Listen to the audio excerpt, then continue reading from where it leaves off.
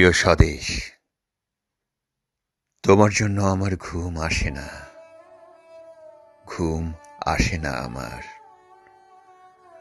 আমি রাতভর জেগে থাকি আশঙ্কায়। গতকাল 17 বছরের ফারহানকে গুলি করে এসে তুমি যখন ঘুমোতে গিয়েছিলে, আমার খুব ভয় হচ্ছিল তোমার জন্যে। মাঝরাতে চিৎকার করে ওঠোনি তো? ইদানিং তোমার ঘুম যে কম হচ্ছে সে তো আমি জানি। কেন যে সামান্য কটা শিশু হত্যা করে কষ্ট পাও, ভেবে নাও ওগুলো ছিল 71-এর জারজ ক্লিব ও কীট দঙ্গল। তুমি শুধু ওদের প্রাপ্যটা বুঝিয়ে দিয়ে এলে, ব্যাস।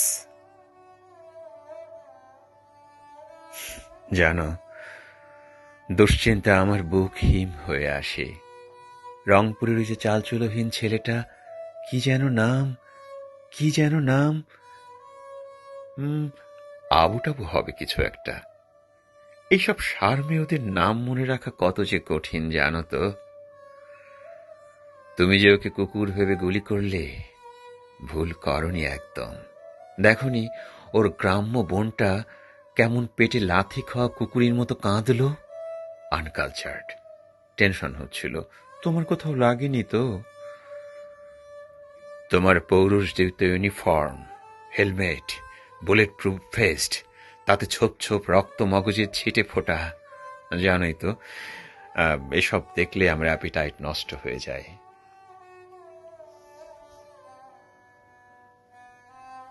অথচ মনে আছে, ছেলেবেলায় তুমি তেলাপোকা দেখলেও ভয় পেতে। মনে আছে, বালকের হাতে মুঠোবন্ধী এক ফড়িংয়ের মৃত্যু দেখে তুমি 7 সমুদ্র কেঁদেছিলে। কেন যে 4-4টা গুলি করতে গেলে?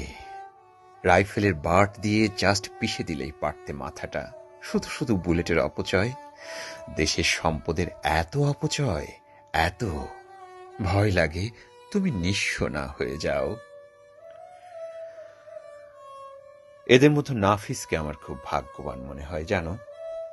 তোমার ছড়রা গুলিতে ওর শুধু বাম চোখটাই গেছে মাত্র। ডান চোখটা নিশ্চিত একদিন তোমার জন্য ভালোবাসার সমুদ্র হবে। একদিন ভোরের বকুল থেকে তোমার জন্য তুলে আনবে সদ্য ফোটা রক্ত জবা। তোমার পায়ে চুমু খেয়ে বলবে, প্রভু, আপনি আমার জীবন বাঁচিয়েছেন, আমি আপনার জন্ম জন্মান্তরের কৃতদাস। যদি আরো এক বসন্ত বাঁচিয়ে রাখেন প্রভু, বাকি চোখটাও দিয়ে দেব।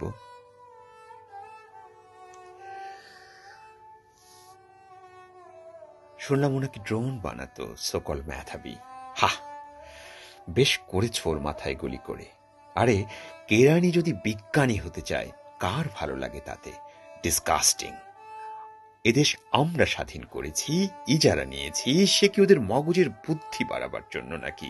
স্টুপিড। ছবিটা জুম করে দেখেছি জানো, গুলিটা ঠিক জায়গাতেই লেগেছে। মুগ্ধর কপালে তোমার পরিয়ে দেওয়া গুলির টিপের মতোই। তোমার হাতের টিপসয়ে এত জাদু। একদম একদম ঠিক ঠিক বিদ্ধ করেছ।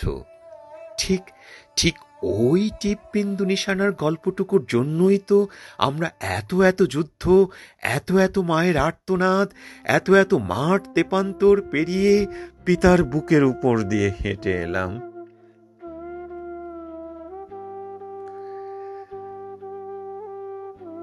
নবম শ্রেণী পড়ুয়া তাহমিদ, দেখো দেখো কি পরিমাণ বকে গেলে এই 14 বছর বয়সের ছোড়া রাস্তায় নামে।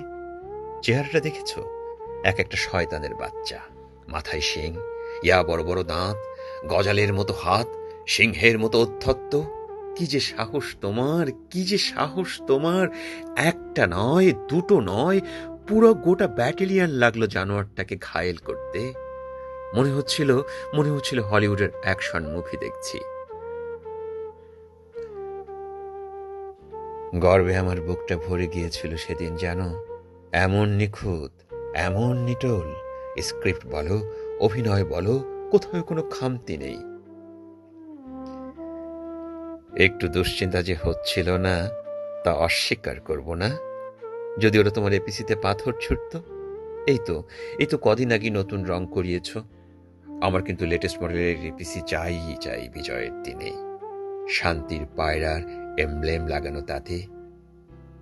আমার যে ঘুম আসে না, তোমার দুশ্চিন্তায় আমার ঘুম আসে না জননী। একটা ব্যাপার আমার একদম ভালো লাগেনি কিন্তু, নাহিদার ও চেলাদের শুধু হাতের অঙ্কুশ দিয়ে একটু ঘা মেরে ছেড়ে দিলে। যদিও চোখ বাঁধা, তবু হারমাত্রাকে বাঁচিয়ে দিলে। কি পুণ্যের জোরে বলতো? খালি হাতে মারতে গিয়ে অযথা কি ব্যথাটাই না তুমি পেলে গো? উফ মা গো, শুধু শুধু একদম ঠিক করনি। আমার বড্ড অভিমান হচ্ছিল, এত কম ভিউ হলো রিলটাতে। ভাবছি ভাবছি তোমার জন্মদিনে এবার একটা ক্রিমসন কালারের অ্যালবাম উপহার দেব। মলাটে থাকবে তোমার সদ্য রক্তাক্ত হাতের ছাপ, ভেতরে থাকবে তোমার বীরগাথা, থরে থরে সাজিয়ে রাখা সোনালি পদকগুলো, সারি সারি কফিন, পাশে টকটকে লাল এক ক্যানভাস, যেন এক নিখুঁত চিত্রকলা, যা তুমি বহু সাধ্য সাধনায় বহু শ্রমে এঁকেছ। আসিফ, রাফি, ওয়াসিম, আদনান, জাহিদ, মুগ্ধ, মাহফুজ, দীপ্ত, ফাহাদ, ইয়ামিন, জাফর, ইরফান, শান্ত, শতিনেকের মতো হবে। চেয়ার্স। নামগুলো দিও কিন্তু মনে করে। কি বললে? কি বললে জানো না? তোমার ঠিকুজিতেদের নাম নেই। তোমার পেন্সিলে আঁকা ওই মানচিত্রে এদের কারো ঠিকানা নেই। থাক তবে, মন খারাপ করো না।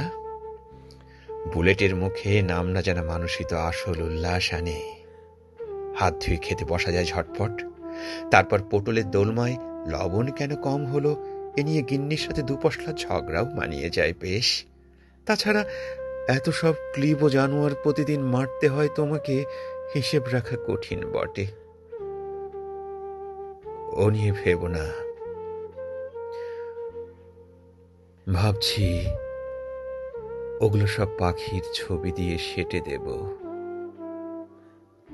তবে তবে অত সব পাখির মধ্য কি একটি হীরামন পাখিও থাকবে না, যে তোমার এই সভা মঞ্চে দাঁড়িয়ে তোমার রক্তমাখা হাতে পিঞ্জর ঠেকিয়ে শুধু একবার বলবে, তুমি আর আমাদের কেউ নও, তুমি আর আমাদের কেউ নও।